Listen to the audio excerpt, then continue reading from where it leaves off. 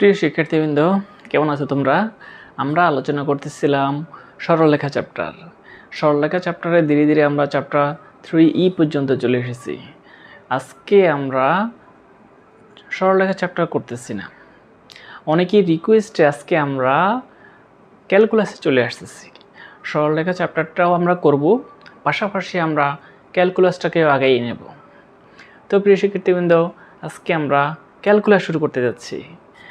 তোমরা জানো ক্যালকুলাসে দুইটা চ্যাপ্টার আছে, একটা হচ্ছে ডিফারেন্সিয়েশন আর একটা হচ্ছে ইন্টিগ্রেশন।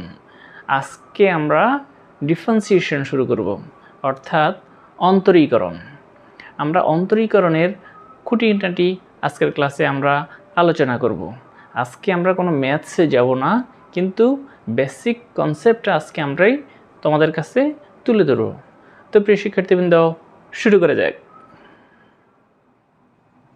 প্রিয় শিক্ষার্থীবৃন্দ, আজকে আমরা তাহলে চ্যাপ্টার 9A ডিফারেন্সিয়েশন শুরু করতে যাচ্ছি, ক্যালকুলাস।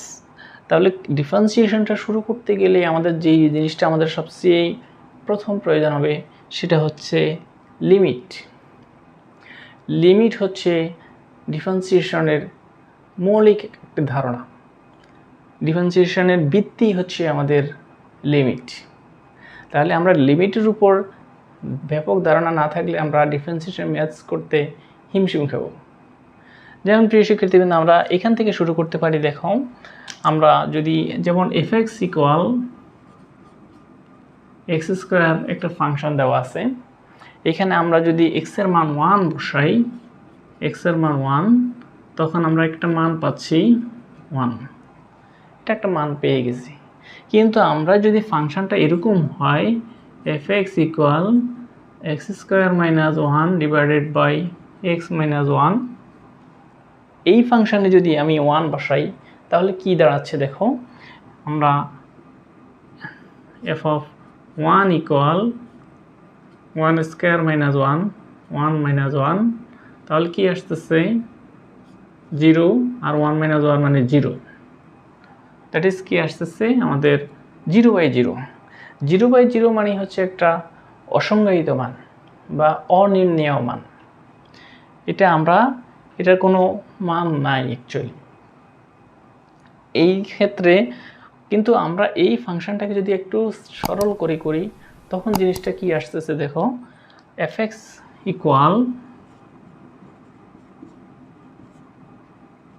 x + 1 x - 1 / x - 1, তখন x - 1 x - 1 ক্যান্সেল হয়ে কি থাকতেছে x + 1। তাহলে এখন যদি আমি মান বসাই f(1 = 1 + 1 = 2), এই মুহূর্তে আমি মান পেয়ে গেলাম কত, 2। অর্থাৎ আমরা সরাসরি যখন ফাংশনটাতে মান বসাইছি, কত 1 বসাইছি, তখন 0/0 একটা মান পাইছি যেটা অসংজ্ঞায়িত। আর যখন আমি একটু সরল করে আমরা 1 বসাইলাম তখন মান পাইলাম কত, 2। তাহলে এটা একটা কন্ট্রাডিকশন। সরাসরি বসাইলে আমরা অসংজ্ঞায়িত মান পাচ্ছি, আর সরল করে বসাইলে আমরা মান পাচ্ছি।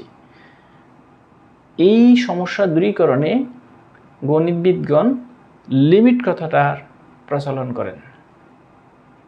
তাহলে এই লিমিট কথাটা কিন্তু এই ধরনের প্রবলেমগুলো থেকেই শুরু হয়েছে।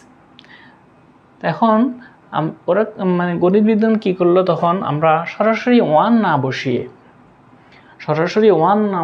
1 এর খুব কাছাকাছি মান, 1 থেকে একটু বড় অথবা 1 থেকে একটু ছোট মান নিয়ে ওরা বিভিন্নভাবে ক্যালকুলেশন করলো। যেমন দেখো, আমরাও এখানে করতে পারি। আমরা এখানে 1 না নিয়ে x এর মান আমরা যদি x = 0.9 নিই, এটা সরাসরি 1 না, কিন্তু 1 এর খুব কাছাকাছি মান 9 হলে, তাহলে f(0.9 = এই ফাংশনে ইকুয়াল কি আসতেছে 0.9² - 1 0.9 - 1। এটাকে আমরা যদি আরেকটু সিম্পলিফাই করি তাহলে কি আসতেছে 0.81 - 1, আর এখানে মাইনাস 0.1। এখানে তাহলে কি আসতেছে মাইনাস 0.19 বাই 0.1 মাইনাস, তাহলে এইটাকে অর্থাৎ আমরা কত পাচ্ছি 0.19, অর্থাৎ 0.91 বসিয়ে আমরা পাচ্ছি কত 0.19। একইভাবে আমরা যদি 0.1 না বসিয়ে x = 0.99 বসাইতাম, তখন এখানে হয়তো এরকম আরেকটা মান পাবো যা 2 এর খুব কাছাকাছি, 2 এর খুব কাছাকাছি।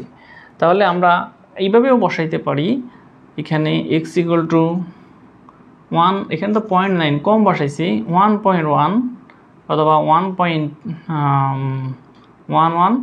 এইভাবে যদি আমরা ক্যালকুলেশন বসাই, তখন এখানে fx এর মান তখন 1.1 বসালে হয়তো আমরা এখানে পাবো 2.1, এরকম, অর্থাৎ 2 থেকে একটু বেশি মান পাচ্ছি। তাইলে আমাদের দেখা যাচ্ছে যে আমি যদি 0.1 এর খুব কাছাকাছি মান বসাই, তখন এইখানে মান পাচ্ছি কত 2 এর খুব কাছাকাছি মান। তাহলে দেখা যায় মানটা আমাদের ভেরি করতেছে কি কার উপরে, 2 এর উপরে, 2 এর একটু কম অথবা 2 এর একটু বেশি। তাহলে এই 2টাকে তখন এই 2টাকে বলবো কি আমরা এই ফাংশনের একটা প্রান্তীয় মান বা একটা সীমাস্থ মান, বা যাকে আমরা কি বলবো লিমিট।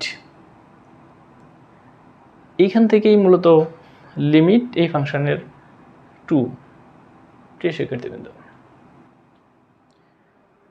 তো প্রিয় শিক্ষার্থীবৃন্দ, আজকের ক্লাসটা এতটুকুই। আজকের ক্লাস এতটুকুর মাধ্যমেই আমরা ক্যালকুলাসের প্রথম ক্লাসটা শুরু করলাম। যদি বুঝতে সমস্যা হয় আমাকে কমেন্ট বক্সে জানাবে, আমি তোমাদের রিপ্লাই করব। তো প্রিয় শিক্ষার্থীবৃন্দ, আমার ভিডিওগুলো দ্রুত পাওয়ার জন্য তোমরা আমার চ্যানেলটাকে সাবস্ক্রাইব করে নেবে এবং বন্ধুদের মাধ্যমে শেয়ার করবে, যাতে সবাই এর সুফল ভোগ করতে পারে। প্রিয় শিক্ষার্থীবৃন্দ, ধন্যবাদ সবাইকে।